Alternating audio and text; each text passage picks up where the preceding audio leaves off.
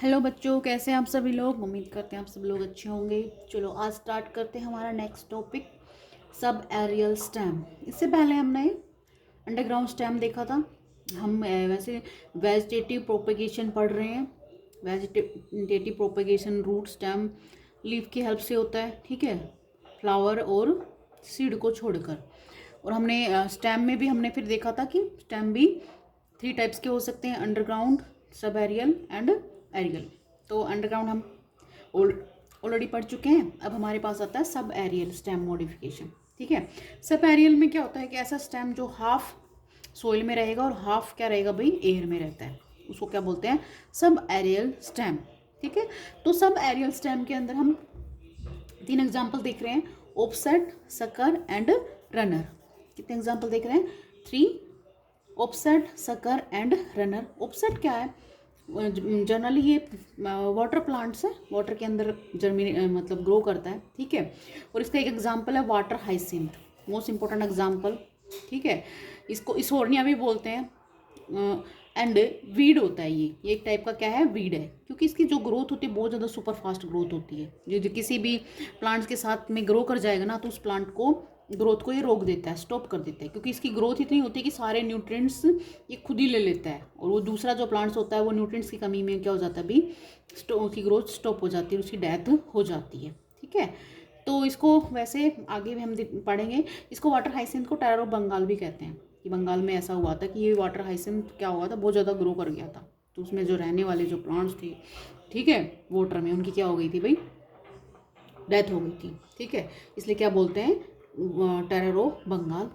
इसमें कैसे ग्रो करता है, कहते हैं कि ये प्लांट्स पानी में, जैसे ये इसके जो नोड्स होते हैं वो पानी में टच करते हैं सॉइल में, तो इसके क्या निकलते हैं भाई, रूट्स निकल जाती हैं उसके ऊपर, और फिर ऊपर क्या निकलेंगी, लीव्स निकल जाएंगी।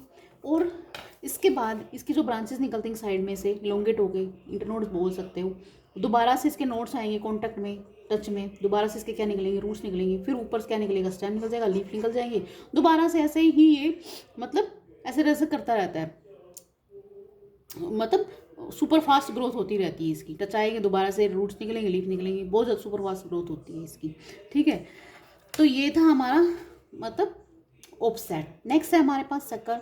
सकर भी एक ऐसा ही सब एरियल स्टेम है, मतलब हाफ इसका क्या रहेगा भाई, सोइल में रहता है, और हाफ कहाँ आ जाता है, ये हमारा एयर में आ जाता है। तो क्या होता है कि जैसे हाफ इधर तक तो ये निकलता रहता है सोइल में, जैसे ये ऊपर सोइल के टच में आएगा, इससे क्या निकलेंगे, रूट्स निकलेंगे, और ऊपर क्या निकल जाएंगे, स्टेम और लीव्स निकल जाएगा। जैसे फिर दोबारा से ऐसे करेगा, ग्रो करेगा, फिर दोबारा से हाफ ये सोइल में रहेगा, दोबारा से सोइल के टच में आएगा, ऊपर लीव्स निकल जाएंगी, और नीचे क्या निकल जाएंगी, रूट्स निकल जाएंगी, ठीक है। और इसके अंदर मोस्ट इंपॉर्टेंट एग्जांपल आप करोगे कैरिसंथमम, ठीक है, कैरिसंथमम।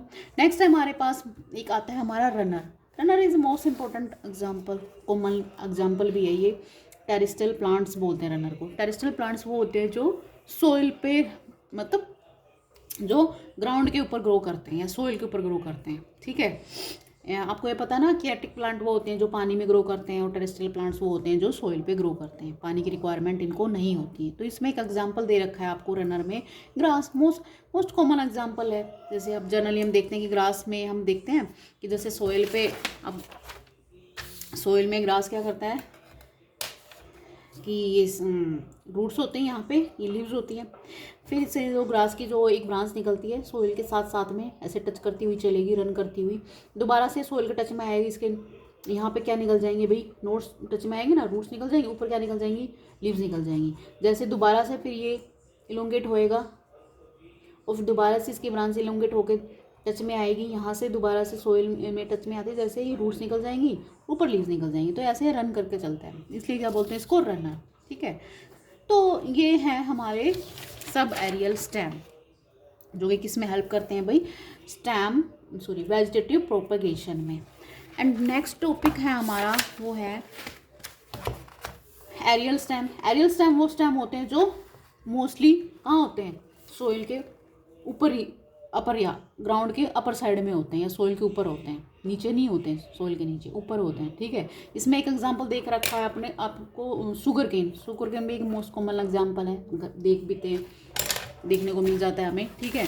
हम देखा होगा कि शुगर केन ऐसा होता है, ठीक है। ये इसके नोड्स होते हैं, और ये क्या होते हैं, इसके दो नोड्स के बीच की डिस्टेंस हो गया, बोलते हैं भाई इंटरनोड्स। जैसे हम शुगर केन को सोइल में रखेंगे दोबारा से जर्मिनेट कर जाएगा इसका एनी कट पार्ट्स, बस साथ में क्या होने चाहिए, नोड्स होने चाहिए, ठीक है। तो ये किसके एग्जाम्पल हो जाएंगे स्टेम मॉडिफिकेशन की, कि स्टेम कैसे हेल्प करता है हमारे वेजिटेटिव प्रोपगेशन में। फिर एक हमारा बल्बिल, बल्बिल क्या है, स्पेशल एक बर्ड का मॉडिफिकेशन में। इसमें क्या होता है, बर्ड होती है, और वो बर्ड भी कैसी होती है, फ्लैसी बर्ड होती है। फ्लैसी बर्ड मतलब इसमें फूड स्टोर रहता है। जैसे ये बर्ड क्या करती है, नीचे गिरती है, सोइल के टच में आती है तो जर्मिनेट कर जाती है और नया प्लांट बना लेती है, ठीक है। फिर नेक्स्ट एग्जांपल हमारा है लीफ। मैंने बताया था ना कि लीफ भी किसमें हेल्प करती है, वेजिटेटिव प्रोपगेशन में। तो लीफ में क्या है example, Bryophyllum most common example. एक हम किसका कर सकते हैं, बिगोनिया का भी कर सकते हैं, ठीक है। लीफ में क्या होता है, आपने देखा होगा, लीफ के मार्जिन है, ठीक है।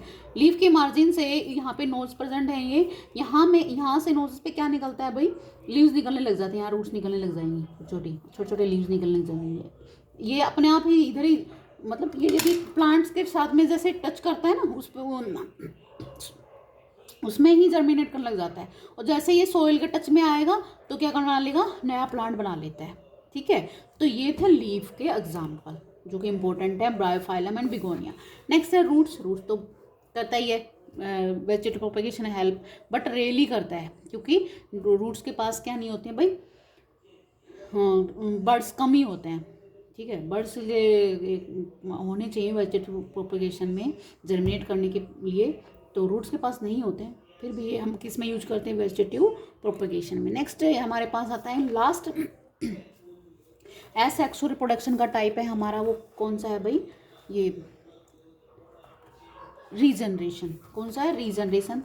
रीजनरेशन क्या है, it is the process which in which any cut parts of an organism can regenerate full body parts or parts. For example, planaria and lizards and human beings भी होते हैं इसमें। human being के कुछ parts होते हैं, सब पूरी बॉडी में नहीं है, कुछ पार्ट्स में। पूरी बॉडी, ह्यूमन बॉडी को हम रीजनरेट नहीं कर पाते हैं, ये मैं आपको बताऊंगी भी। तो कहते हैं कि जैसे इसमें रीजनरेशन में क्या होता है कि यदि कोई भी बॉडी, कोई भी ऑर्गेनिज्म अपनी बॉडी के पार्ट्स कर देता है अलग अलग, पूरी हर एक पार्ट्स क्या बना लेगा, अपनी पूरी बॉडी को दोबारा से रीजनरेट कर लेगा, मतलब कंप्लीट ऑर्गेनिज्म बन जाएगा। बट ऐसा पॉसिबल है लोअर ऑर्गेनिज्म में, कि भाई एक लोअर ऑर्गेनिज्म जैसे कि यूनिसेलुलर या कुछ एक सिंपल मल्टीसेलुलर एनिमल्स भी होते हैं जो अपनी बॉडी के पार्ट्स करके दोबारा से कंप्लीट बॉडी को रीजनरेट कर लेते हैं, ठीक है। बट यदि हम ह्यूमन की बात करें, ह्यूमन एक मल्टी सेलुलर एनिमल्स ऑर्गेनिज्म है जो अपनी पूरी बॉडी के कंप्लीट पार्ट्स को रीजनरेट नहीं कर पाता। क्यों नहीं कर पाता, कि हमारी बॉडी कॉम्प्लेक्स है, एक सेल्स की नहीं बनी होती, बहुत सारी सेल्स की बनी होती, तो इतनी सेल्स को बनाना इजी टास्क नहीं है। बट हाँ, हमारी ह्यूमन बॉडी में भी कुछ पार्ट्स में, जैसे हमारी स्किन है, कहीं चोट लग जाती है तो दोबारा से रीजनरेट हो जाती है, हमारे नेल्स हैं, हेयर्स हैं, ये भी हमारे कटते रहते हैं और दोबारा से रीजनरेट मतलब दोबारा से आ जाते हैं। तो ये कुछ एक पार्ट्स में हमारी बॉडी में भी रीजनरेशन की पावर प्रेजेंट होती है। ऐसे ही लिजार्ड्स का आप देख सकते हैं, स्नेक्स का आप देख सकते हैं। लिजार्ड्स में आपके लिजार्ड्स क्या करते हैं, अपनी टेल कट हो जाती है तो दोबारा से उसकी टेल दोबारा से रीजनरेट हो जाती है, दोबारा से नई आ जाती है। ऐसे स्नेक्स जो होते हैं उनमें भी जो उनकी जो ऊपर वाली जो स्किन होती है बाहर वाली, वो डेड हो जाती है, फिर वो अपनी वो ऊपर वाली स्किन को निकाल देते हैं, फिर उसके नीचे दूसरी स्किन आ जाती है, नई स्किन आ जाती है। तो वो भी किसका पार्ट है, रीजनरेशन का है। तो ये सब रीजनरेशन था, ठीक है। तो ये सारे किसके टाइप थे भाई, एसेक्सुअल रिप्रोडक्शन के। एंड नेक्स्ट टॉपिक है हमारे पास सेक्सुअल रिप्रोडक्शन। सेक्सुअल रिप्रोडक्शन की डेफिनेशन तो मैंने आपको पहले भी बता दी थी, अब दोबारा बता देती हूँ। सेक्सुअल रिप्रोडक्शन मीन्स इसमें सेक्स ऑर्गन्स या गैमेट्स की फॉर्मेशन होती है, और ठीक है, मेल गैमेट्स और फीमेल गैमेट्स, और दो टाइप्स के गैमेट्स बनेंगे, मेल गैमेट और फीमेल गैमेट्स। और इसमें फ्यूजन ऑफ गैमेट्स भी होता है। क्या होता है भाई, फ्यूजन ऑफ गैमेट्स मतलब फर्टिलाइजेशन प्रेजेंट होता है। फर्टिलाइजेशन को हम क्या बोल सकते हैं, सिनगैमी, ठीक है। तो ये सब और भी हम डिटेल में पढ़ लेंगे सेक्सुअल रिप्रोडक्शन को, जब हम फ्लावरिंग प्लांट्स में देखेंगे कौन कौन से और इवेंट्स होते हैं, ठीक है। क्योंकि सेक्सुअल रिप्रोडक्शन हायर प्लांट्स में होता है और एसेक्सुअल रिप्रोडक्शन ज़्यादातर लोअर प्लांट्स में ही होता है, और sexual reproduction higher plants, higher animals जैसे कि ह्यूमन बींग्स, इनमें होता है सेक्सुअल रिप्रोडक्शन, ठीक है। बाकी हमने डिफरेंस इनको देख ही लिया था। अब यदि हम बात करें सेक्सुअल रिप्रोडक्शन में, जो ऑर्गेनिज्म होते हैं उनकी लाइफ में 3 फेज चलते हैं। कितने फेज चलते हैं, 3 phase. First is juvenile phase, जिसको हम वेजिटेटिव फेज भी बोलते हैं। Second is reproductive phase. Third is mature या सिनाइल फेज।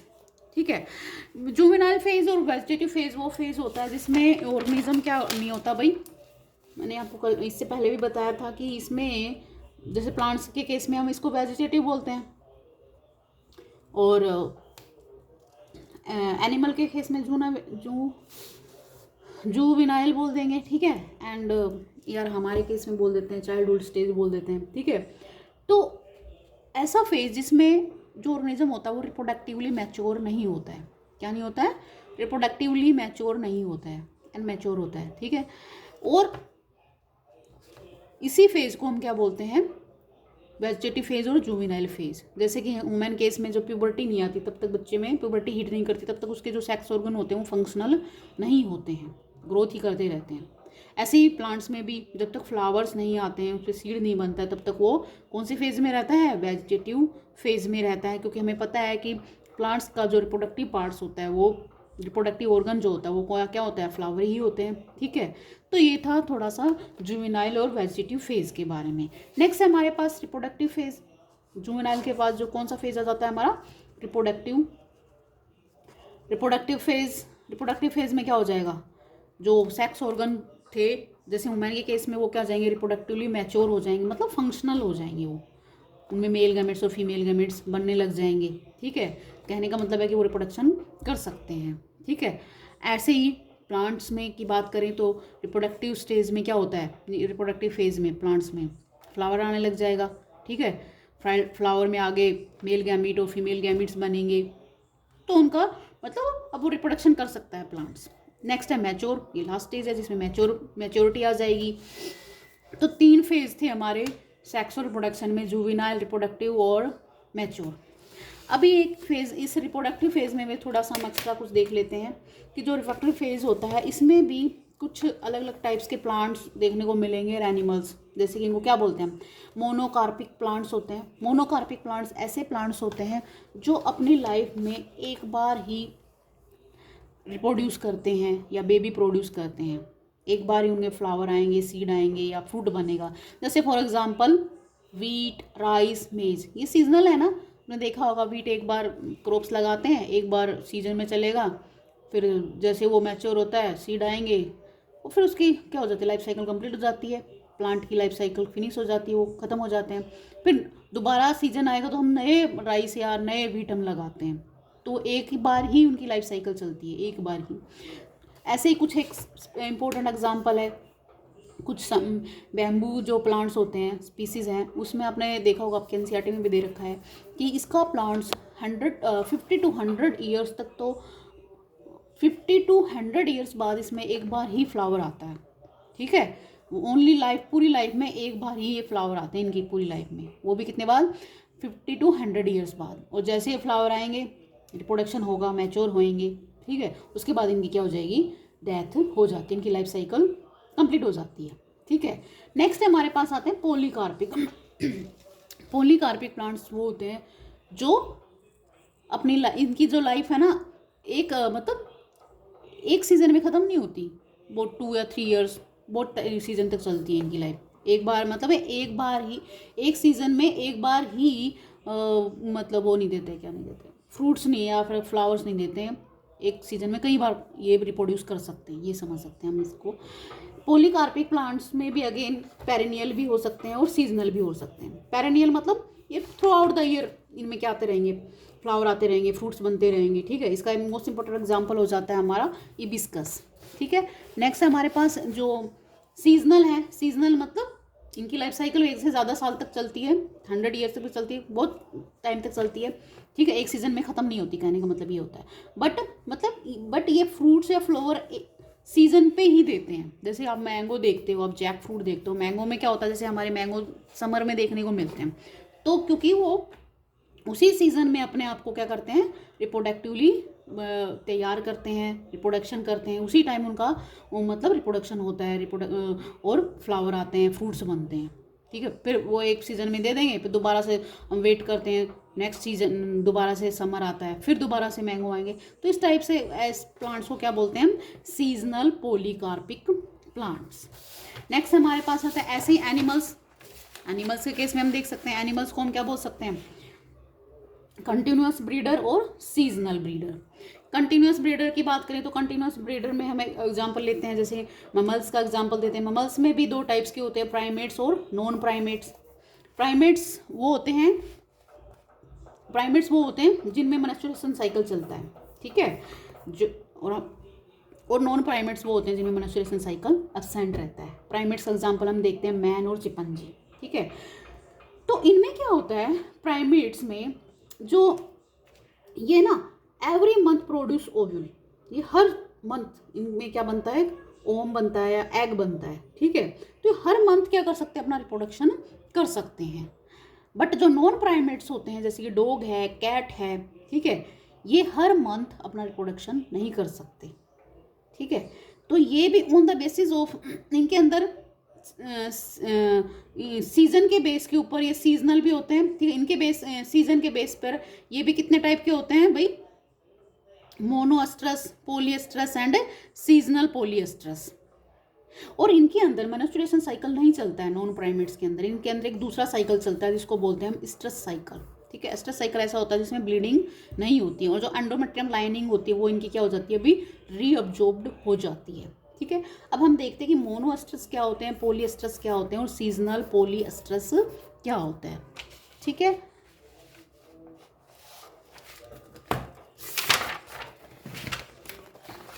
सबसे पहले हमारा है मोनोएस्ट्रस। मोनोएस्ट्रस ऐसे होते हैं कि भाई जैसे ये अपना एक ईयर है, इस ईयर में बहुत सारे सीजन है, समर है, विंटर, ऑटम है, ठीक है। तो इनमें क्या होता है कि एक सीजन में only one season, for example summer, इनमें एक ही सीजन में ये ओव्यूल प्रोड्यूस करेंगे। जिस सीजन में ये ओव्यूल प्रोड्यूस करेंगे उसको क्या बोलेंगे हम, हीट पीरियड। क्या बोलते हैं उसको, हीट पीरियड या फिर ओव्यूलेशन पीरियड या फिर स्ट्रेस साइकिल, ठीक है। और इसमें ये तो मैंने बताया दिया था कि no bleeding, no endometrium lining क्या हो जाती है, रीअब्जॉर्ब हो जाती है। तो ऐसे को क्या बोलते हैं, मोनोएस्ट्रस सीजनल एनिमल्स। एक होते हैं हमारे सीजनल पॉलीएस्ट्रस। सीजनल पॉलीएस्ट्रस का मतलब होता है कि भाई ये वैसे तो ये अपना रिप्रोडक्शन सीजन के बेस पे ही करेंगे, बट उस सीजन में वे कई बार रिप्रोडक्शन कर सकते हैं, ठीक है। In one season many heat period, मतलब एक ही सीजन में कई बार इनका हीट पीरियड चलेगा। जैसे कि फॉर एग्जांपल ये विंटर है, स्प्रिंग है, ऑटम है और ये समर है। तो समर में सीजन में ही इनके एक से ज़्यादा हीट पीरियड होंगे, मतलब एक से ज़्यादा ये रिप्रोडक्शन कर सकते हैं। तो इसको क्या बोलेंगे हम, पॉलीएस्ट्रस, ठीक है। नेक्स्ट हमारे पास आते हैं पॉलीएस्ट्रस। ये तो सीजनल पॉलीएस्ट्रस थे, बट ये क्या है, पॉलीएस्ट्रस मतलब जैसे कि काउ एंड पिग, ये all around the year produce Oval. ये किसी सीजन पे बेस नहीं है, पूरे ईयर इन पे क्या चलेगा, हीट पीरियड चलेगा। किसी भी मतलब ईयर में, मंथ में ये अपना मतलब हर मंथ में क्या प्रोड्यूस कर सकते हैं, अपना ओवम या ओव्यूल या एग बनाते हैं। तो ऑल राउंड ईयर ये क्या प्रोड्यूस कर सकते हैं, बच्चे प्रोड्यूस कर सकते हैं, ठीक है। तो ये थे हमारे, क्या थे भाई, रिप्रोडक्टिव फेज पे भी मैंने प्लांट्स के पे टाइप बताए, फिर मैंने एनिमल्स के टाइप बताए, ठीक है। एनिमल्स के कंटिन्यूस ब्रीडर और सीजनल, फिर हमने देखा सीजनल के बेस पे स्ट्रेस साइकिल के बेस पे सीजनल मोनोएस्ट्रस होते हैं, पॉलीएस्ट्रस होते हैं, सीजनल पॉलीएस्ट्रस होते हैं, ठीक है। ये तो हमने सबने देखा। अब लास्ट जो टॉपिक है हमारा इस चैप्टर का, वो है events in sexual reproduction. Sexual reproduction में कौन कौन से इवेंट्स होते हैं, तो सेक्सुअल रिप्रोडक्शन में 3 इवेंट्स होंगे, pre fertilization, fertilization and post fertilization. कितने इवेंट्स होंगे भाई, 3 इवेंट्स होंगे, प्री फर्टिलाइजेशन, पोस्ट। प्री का मतलब फर्टिलाइजेशन से पहले क्या क्या चीज़ें होती हैं, ठीक है। फर्टिलाइजेशन मतलब ड्यूरिंग द फर्टिलाइजेशन का टाइम क्या होगा, and post fertilization means fertilization होने के बाद क्या क्या चीज़ें होंगी, क्या क्या इवेंट्स होंगे, ठीक है। तो इनके बारे में थोड़ा सा और डिटेल में हम देख लेते हैं। जैसा कि प्री फर्टिलाइजेशन का मतलब होता है गैमेटोजेनेसिस। गैमेटोजेनेसिस का मतलब क्या होता है, formation of gamete. Gametogenesis means formation of gametes, आपको ये तो पता है भाई, सेक्स और रिप्रोडक्शन में दो इंडिविजुअल की नीड्स होती है, एक मेल होता है और एक क्या होती है, फीमेल होती है हमारी। मेल के अंदर मेल गैमिट और फीमेल के अंदर फीमेल गैमिट, ठीक है। और आपको ये भी पता होगा मेल गैमिट को क्या बोलते हैं, स्पर्म बोलेंगे, फीमेल गैमिट को क्या बोलेंगे, ओवम बोलेंगे। और ये कहाँ बनेगा, टेस्टीज में बनेगा, ठीक है। और ये कहाँ बनेगा, हमारी ओवरी में। ये तो बाद में और भी डिटेल की बातें हैं, चलो अभी के लिए मैं इतना ही बता रही हूँ। गैमेटोजेनेसिस का मतलब फॉर्मेशन ऑफ गैमेट्स। गैमेट्स कहाँ बनते हैं और प्लांट्स में अलग पार्ट्स होते हैं, ये तो मैंने आपको ह्यूमन बींग्स के बातें में बताया है, ठीक है। तो इसे बोलते हैं गैमेटोजेनेसिस। और गैमेट्स भी हमारे क्या हो सकते हैं भाई, सेम गैमेट भी हो सकते हैं। सेम गैमेट्स मतलब आइसोगैमेट्स। आइसोगैमेट्स मतलब उनका शेप और साइज सेम होगा। जैसे फॉर एग्जांपल किसी की शेप राउंड है तो दोनों ही राउंड होंगे, मेल भी राउंड होगा, फीमेल भी राउंड होगी। उसके स्क्वायर के फॉर्म में तो दोनों स्क्वायर के, मतलब ये तो ठीक है। तो इस टाइप से मतलब, और साइज भी क्या, मान लो इसका 10 mm है तो इसका भी 10 mm। तो कहने का मतलब है ऐसे गैमेट्स जिनका शेप और साइज सेम है तो उनको आइसोगैमेट्स बोलते हैं। जैसे कि फॉर एग्जांपल क्लाडोपोरा एक अलगी है, ठीक है। नेक्स्ट है हिट्रोगैमेट्स। हिट्रोगैमेट्स मतलब अलग अलग टाइप्स के गैमेट्स बनेंगे। जैसे फॉर एग्जांपल उनका शेप अलग हो सकता है, साइज अलग हो सकता है। जैसे ह्यूमन के केस में एक फोकस ये एक अलगी है, ठीक है। तो ह्यूमन के केस में भी ऐसा ही होता है। हमारे अंदर क्या होता है कि भाई स्पर्म कुछ ऐसा होता है दिखने में, ठीक है, और ओवम ऐसा होता है राउंड। और स्पर्म का साइज बहुत छोटा होता है in case in comparison to ovum, ठीक है। तो दोनों का साइज और शेप क्या हो जाता है, अलग अलग हो जाता है। तो इसलिए क्या बोलते हैं इनको, हेटेरोगैमेट्स। नेक्स्ट है गैमेट ट्रांसफर, ठीक है, या फर्टिलाइजेशन। नेक्स्ट इवेंट हमारा क्या आ जाता है भाई, गैमेट ट्रांसफर या फिर फर्टिलाइजेशन। इस टाइम क्या होता है, गैमेट ट्रांसफर में फ्यूजन होता है गैमेट्स का। दो गैमेट्स हमने बना लिए, मेल गैमेट और फीमेल गैमेट बन गए, दोनों को क्या करवा दो, फ्यूजन करवा दो। इसे क्या बोलते हैं, फर्टिलाइजेशन बोलते हैं। फर्टिलाइजेशन को क्या बोल सकते हैं हम, सिनगैमी भी बोलते हैं। जैसे मैंने अभी आपको दो गैमेट्स बनाए, ये इधर स्पर्म एंड ओवम, इन दोनों को फ्यूज करवा दो। स्पर्म को, ये स्पर्म हो गया, ये हमारा ओवम हो गया, दोनों का फ्यूजन से जो चीज़ बनेगी उसको क्या बोलेंगे, जाइगोट। क्या बोलेंगे, जाइगोट, ठीक है। तो जाइगोट दो जनरेशन के बीच के क्या है, एक लिंक है। एक तो पहली जनरेशन और एक दूसरी जो इससे नया नई जो चीज़ बनेगी, ठीक है। तो ये क्या है, एक लिंक है बिटवीन द टू जनरेशन। अब बात करते हैं हम फर्टिलाइजेशन। अगेन टू टाइप्स का होता है फर्टिलाइजेशन। कितने टाइप का होता है, again two types, external fertilization and internal fertilization. External fertilization का मतलब होता है outside the body of female, ठीक है। And internal fertilization means inside the body of female. मतलब कि बॉडी, फीमेल की बॉडी के बाहर जो फर्टिलाइजेशन होता है तो हम क्या बोलते हैं इसको, एक्सटर्नल फर्टिलाइजेशन। जैसे कि फॉर एग्जांपल आप देखते हो कि जो हमारे फ्रॉग होते हैं, हाँ, जैसे कि फॉर एग्जांपल फ्रॉग जो होता है ना, वो कहाँ रहता है भाई, वाटर में रहता है, ठीक है। और ये जब मान लो कि ये फीमेल है और ये क्या होता है, मेल फ्रॉग है, दोनों ही पानी में रहेंगे। बट कंडीशन ये होती है कि दोनों पास, जब ब्रीडिंग सीजन चलता है ना, इनका दोनों पास पास में ही रहते हैं। मतलब ये इस एरिया में रहेंगे, फीमेल फ्रॉग भी और मेल फ्रॉग भी, ठीक है। और इसको, इस पीरियड को स्वैम्पिंग पीरियड बोलते हैं। आपने देखा होगा रेनी सीजन में बहुत सारे फ्रॉग्स हो जाते हैं छोटे छोटे, ठीक है। तो ये कुछ आवाज़ें निकालता है मेल फ्रॉग अपनी फीमेल फ्रॉग को अट्रैक्ट करने के लिए, ठीक है। तो फिर क्या होता है उस टाइम, ये जो फीमेल फ्रॉग होती है वो अपने एग जो होती हैं वाटर में रिलीज कर देती है, और ये जो मेल होती है ना, ये भी अपने स्पर्म वाटर में रिलीज कर देता है। तो ये जो वाटर, एक्सटर्नल फर्टिलाइजेशन के लिए वाटर जरूरी है, नेसेसरी है। विदाउट वाटर नहीं होगा, क्योंकि वाटर की हेल्प से तो दोनों का फ्यूजन होगा, दोनों एक दूसरे से ट्रैवल करके पास में आएंगे, ठीक है, दोनों का फ्यूजन हो जाता है। तो इसमें क्या होता है कि फीमेल की बॉडी के बाहर फर्टिलाइजेशन हुआ है, तो इसको क्या बोलते हैं, एक्सटर्नल फर्टिलाइजेशंस, ठीक है। और इंटरनल फर्टिलाइजेशन में क्या होता है, नेक्स्ट जो टाइप मैंने बताया था इंटरनल फर्टिलाइजेशन, इसमें क्या होगा, inside the body of female, मतलब बॉडी की, फीमेल की बॉडी के अंदर। जैसे कि हमारे ह्यूमन बीइंग के अंदर होता है, ह्यूमन बीइंग में हम डिटेल में पढ़ेंगे। ह्यूमन बीइंग में क्या होता है कि जो मेल होता है वो फीमेल की बॉडी में स्पर्म इंजेक्ट कर देता है, और दोनों का क्या हो जाता है, ओवम और स्पर्म का फ्यूजन हो जाता है, फीमेल की बॉडी के अंदर ही, तो इसे बोलते हैं इंटरनल फर्टिलाइजेशन। नेक्स्ट एंड हमारा जो लास्ट टाइप है वो है पोस्ट फर्टिलाइजेशन। क्या है? Post fertilization. इसमें क्या होगा पोस्ट फर्टिलाइजेशन में? भाई पोस्ट फर्टिलाइजेशन का मतलब होता है कि फर्टिलाइजेशन के बाद वाले इवेंट्स। सबसे पहले मैंने बताया था कि जैसे फर्टिलाइजेशन होगा क्या बनेगा? जाइगोट की फॉर्मेशन हो जाती है, ठीक है। और क्या होगा? एम्ब्रायोजेनेसिस। जाइगोट के बाद एम्ब्रियो बनेगा। एम्ब्रियो जबकि एम्ब्रियो की ग्रोथ होएगी तो इसको क्या बोलेंगे? एम्ब्रियोजेनेसिस। और एम्ब्रियोजेनेसिस के दौरान कौन कौन से इवेंट्स होंगे? सेल डिवीजन और सेल डिफरेंशिएशन, ठीक है।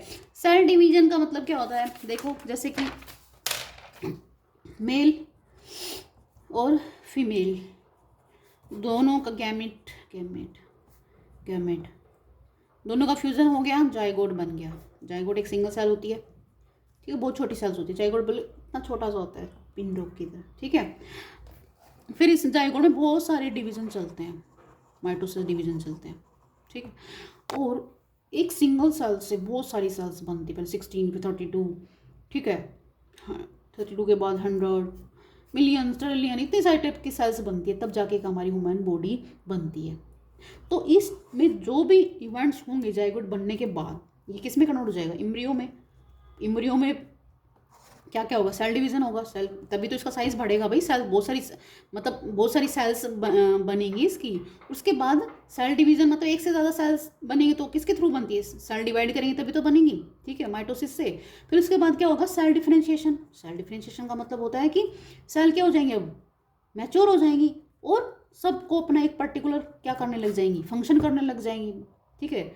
कोई लीवर की सेल्स हो, लीवर का सेल का काम करने लग जाएगी। कोई आरबीसी सेल बन जाएगी, कोई डब्ल्यूसीसी सेल बन जाएगी, कोई ब्लड सेल। मतलब इस कहने का मतलब है कि सेल अपने आप को डिफ्रेंशिएट कर लेंगी, मतलब एक पर्टिकुलर फंक्शन उनके अंदर आ जाएगा कि मैं ये वाला काम करूँगी, वो ये वाला काम करेगी। तो इसे बोलते हैं सेल डिफ्रेंशिएशन, जो कि हम बाद में डिटेल में देखेंगे। बाद में फर्दर फिर इसका एम्ब्रायोनिक डेवलपमेंट होगा। इसके अलावा हमारे इस चैप्टर में 2 टॉपिक्स और हैं, ओवीपेरस, ठीक है। ओवीपेरस एंड वीवीपेरस क्या होते हैं?